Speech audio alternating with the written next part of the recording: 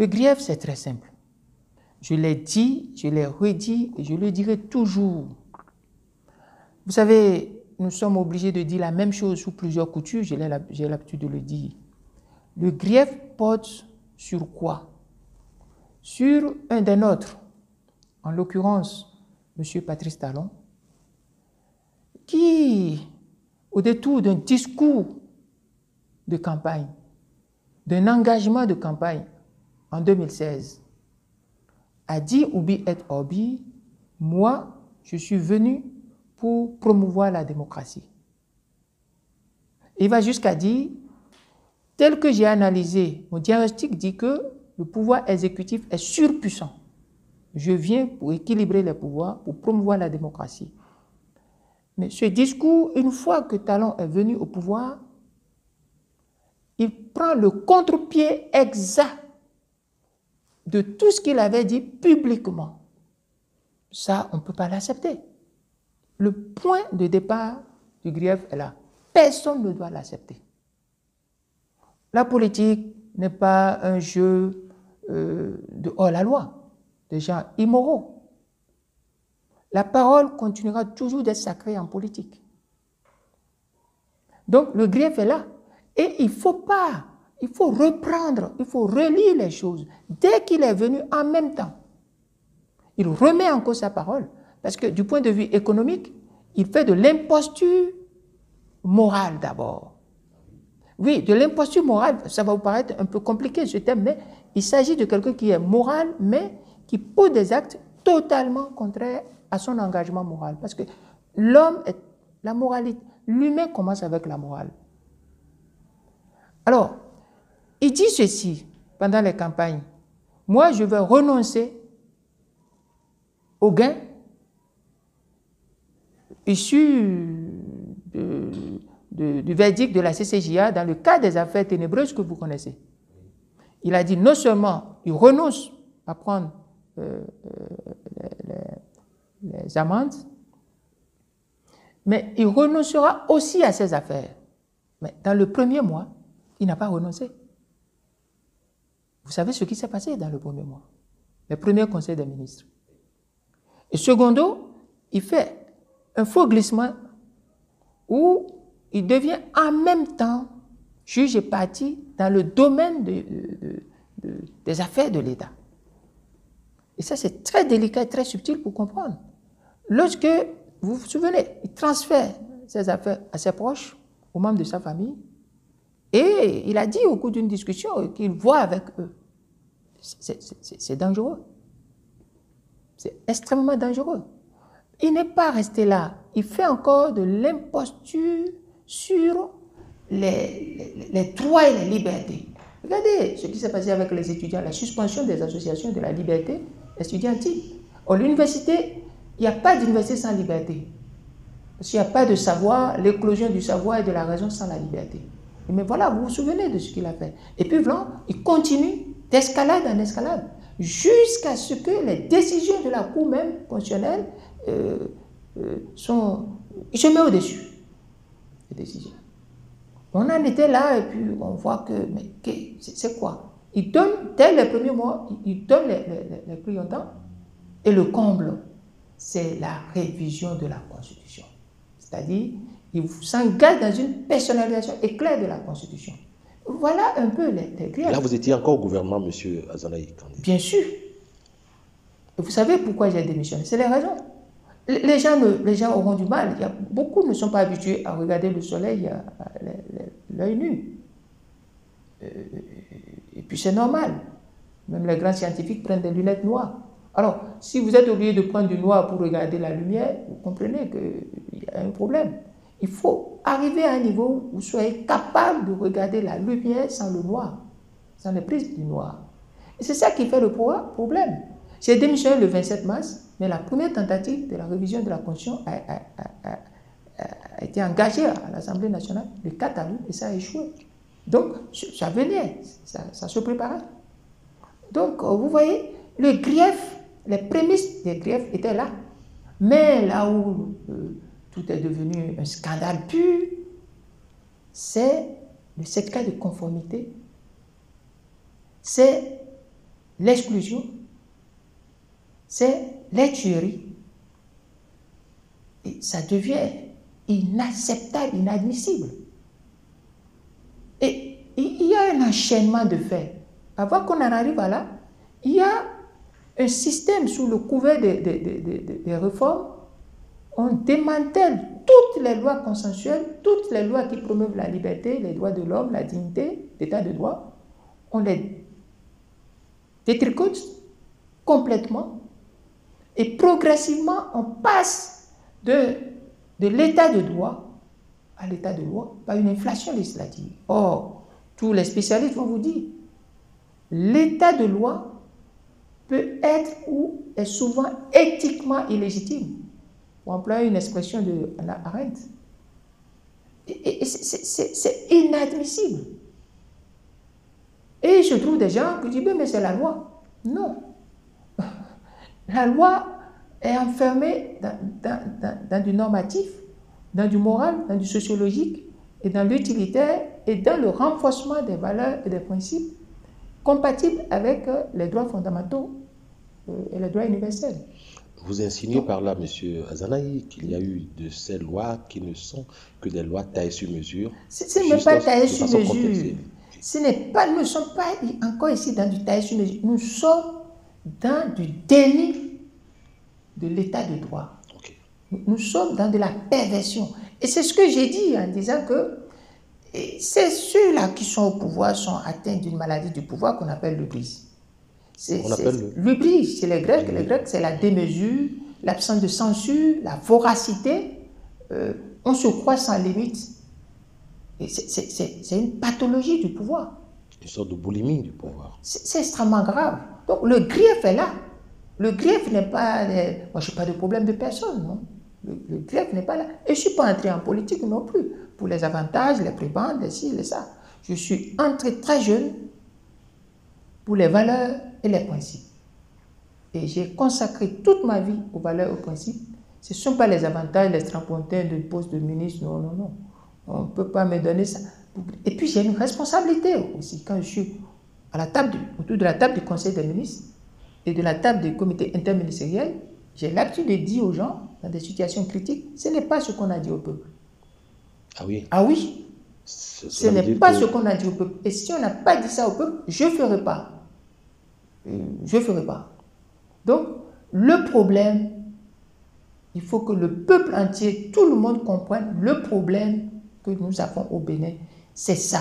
Nous n'avons pas d'autre problème. Nous avons quelqu'un qui est devenu un imposteur attitré. Et face à cette imposture, qui devient même pathologique, il n'y a qu'une seule solution, en découdre avec l'imposteur. Nous devons en découdre avec l'imposteur, mais pas avec les armes de l'imposteur. Ah oui. Pas du tout. Nous devons en découdre avec l'imposteur en allant puiser les armes dans la Constitution. C'est dans la Constitution que nous allons puiser les armes pour faire face à l'imposture. Pas ailleurs. Et nous pouvons utiliser les formats qui existent, mais le format que moi je propose, c'est le format de la non-violence. Essentiellement tourné sur la puissance du discours, le maniement, le recours au principe et la puissance du discours. Et ça là va se faire, et le grief que nous avons, c'est le grief, pour rester dans le cadre de la question que vous avez posée. C'est clair, à ce grief, à ce bouquet de grief, il y a des faits, incidents qui sont venus. Oui. Par exemple, lorsqu'on a tué, il faut une justice, il faut une réparation, il faut une réhabilitation de la mémoire des victimes innocentes. On ne peut pas passer par perte et profit des gens qui sont tués dans ces conditions, qui ont perdu la vie dans ces conditions, qui sont des victimes. On ne peut pas également passer par perte au profit des assassins, les tueurs, les commanditaires. On ne peut pas le faire. On ne peut pas le faire. Donc, si nous résumons le grief, je viens de décrire, c'est la mise à sac de la démocratie, c'est le bradage et la profanation de l'héritage de la conférence nationale, mais le grief, c'est aussi les tueries, la nécessité de rendre justice aux morts et aux victimes. Et aussi, on essaie de punir, d'identifier et de punir, puisqu'ils sont identifiables, ceux qui ont tué. Voilà un peu. Je ne sais pas si je suis dans votre question. Oui, je vous comprends. Mais cependant, je suis tenté de m'interroger, monsieur le candidat Azanaï, pour me demander, mais tout ce que vous fustigez ou reprochez au régime Talon, suffit-il pour expliquer cette inquiétante léthargie de l'opposition politique? Cette situation ne révèle-t-elle pas plutôt les limites ou l'absence d'organisation d'une classe politique prise de court?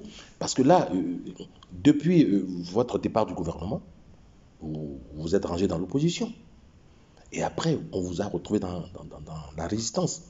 Mais, depuis l'opposition ou la résistance reproche énormément de choses au régime en place. Mais cela ne traduit-il pas une sorte de faiblesse ou de manque de stratégie de l'opposition? Non, écoutez, vous savez, lorsque nous sommes des acteurs politiques, nous ne venons pas, nous ne sommes pas, ce n'est pas les mêmes expériences, ce n'est pas les mêmes parcours, donc ce n'est pas les mêmes lectures de la même chose. Vous savez, vous pouvez avoir la même chose et un expert va lire ça d'une autre manière, comme un profane va lire ça d'une autre manière.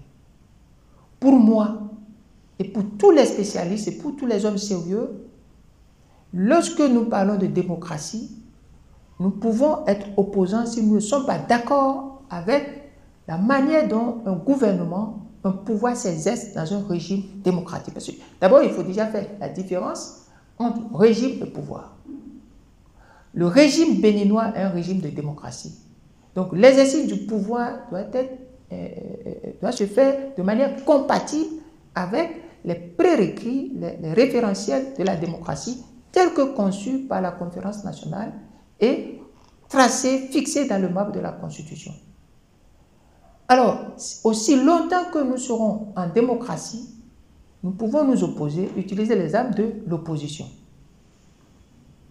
Alors, nous proposons des idées, nous proposons des schémas, nous allons vers les populations, et puis c'est classique, nous pouvons discuter, trouver des aménagements, et la population tranche, soit par elle-même directement, sous forme du peuple, ou par les représentants de ces populations qui sont aussi les représentants du peuple au sein d'un parlement, mais qui soit représentatif. Là, nous sommes dans un système de démocratie. Et puis, il y a aussi, quand on parle de démocratie, on parle de la confiance en la justice et aux lois et aux législateurs. Si ça, c'est comme ça, nous pouvons continuer de parler de l'opposition. Mais à partir du moment où nous faisons le constat factuel, évident, que personne ne peut nier, que, il y a exclusion, nous devons commencer par nous inquiéter. Et c'est le 1er février, et le responsable, c'est Diogbenou. Diogbenou ne peut pas se soustraire à cela, à ce qui arrive. Diogbenou, c'est le président de la Cour constitutionnelle du Bénin. Joseph Diogbenou, je le dis, il ne peut pas se soustraire aux dégâts que nous avons aujourd'hui. Parce que le concept de l'exclusion est incompatible avec la Constitution et incompatible avec les droits fondamentaux et les valeurs démocratiques. Mais quelle est cette corrélation que vous faites entre Diogbenou et... Le certificat de conformité a été décrété, a été inventé, imposé par la Cour constitutionnelle. La Cour constitutionnelle n'est pas une cour sans limite, ce n'est pas une cour de diablotin, ce n'est pas une cour de magiciens qui, en regardant dans leur chapeau, vont sortir telle chose pour aider X ou Y. C'est faux. Il n'a pas le droit, notre cour n'a pas le droit de prendre des actes qui excluent. Référentiel, je me réfère au préambule de notre Constitution pour le dire, puisque la Constitution refuse l'exclusion. Si notre Constitution refuse l'exclusion, la Cour constitutionnelle ne peut pas exclure. Si notre Constitution avait fait le silence sur l'exclusion, la Cour constitutionnelle peut recourir à l'exclusion. Or, il est écrit dedans qu'on ne peut pas exclure dans notre Constitution. D'où le faussaire numéro 1, c'est la Cour. Et cette Cour, présidée par Diogbenou, nous devons interroger, ils doivent répondre. Ils ne peuvent pas. Ils ne peuvent pas. Parce que le certificat de conformité est un coup de force. La preuve, je l'ai dit plusieurs fois, le mal ici, c'est quand on prend la peine d'expliquer, les gens ne veulent pas écouter. Il faut que les gens, à partir de maintenant, commencent par écouter. La répétition est pédagogique, dit-on. C'est pédagogique, je suis enseignant, mais il faut que l'élève ne soit pas... Écoutez-moi, ce n'est pas le lieu d'employer des mots donnés. Mais il faut que l'élève écoute. Il faut que les gens aient des cailloux dans les oreilles, comme on le dit. Donc, il y a ça. Mais il y a plus grave. Il y a plus grave. Il y a l'instrumentalisation, la réunion des présidents des institutions, on appelle conférence des présidents des institutions, qui valide l'exclusion. Il faut le communiquer, lui, par... Souvenez-vous du communiqué, lui, par Joseph Nyolofon. C'est gravissime. On ne peut pas le faire. C'est des choses tangibles qu'on peut toucher, que nous sommes en train d'évoquer. Et puis, regardez un peu. Quand je revois un peu l'image du président Talon, je ris. Ah oui. Je ris et puis je ris avec peine. Il y a quoi de drôle là-dedans? Mais c'est plus que drôle. Regardez, voilà quelqu'un qui a la présidence le 25 février 2019, dit à la classe politique, les représentants de l'opposition, mais si moi, j'ai envie d'aller aux élections, ce soir même, je vais convoquer un congrès la nuit, faire le congrès la nuit et apporter le résultat le lendemain. Nous étions le 25 février à 19h, 20h devant lui à la présidence. Et il recommande qu'on aille tenir des congrès la nuit et lui a amené le papier. Il rusait. Et puis, à partir de cet instant, j'ai vu que ce n'est pas la peine. On ne peut pas faire de cette comédie à la tête de l'État. L'État est sérieux. La République est sérieuse. L'amusement ne peut pas venir là. Et le 11 avril 2019, il dit devant les caméras de l'ORTB, il dit devant tout le monde, oui, j'assume la responsabilité d'organiser des élections exclusives le 28 avril. C'est le comble. Hein? Et après, le peuple rejette ces élections, chers amis. Pour la première fois, la Sénat, même tous qui sont manipulés ou non manipulés, personne n'est capable de dire que le score est un score respectable. La Sénat est autour de 20. La Cour constitutionnelle, malgré la dilution, l'élastique, a tiré, c'est 27. Alors qu'en réalité, c'est moins de 10%. Ah oui. Les deux réunis, c'est-à-dire les deux partis siamois réunis, moins de 10%. Vous savez, ce qui se passe, je suis sûr que Talon, son entourage, ne mesure pas la gravité de ce qu'ils sont en train de faire.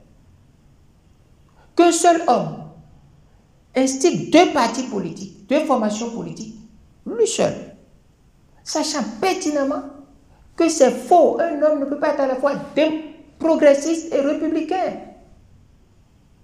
Vous ne pouvez pas promouvoir une formation politique d'option idéologique, de profil politique et républicain, et promouvoir encore vous seul de type progressiste. Vous ne pouvez pas être capitaliste et communiste à la fois.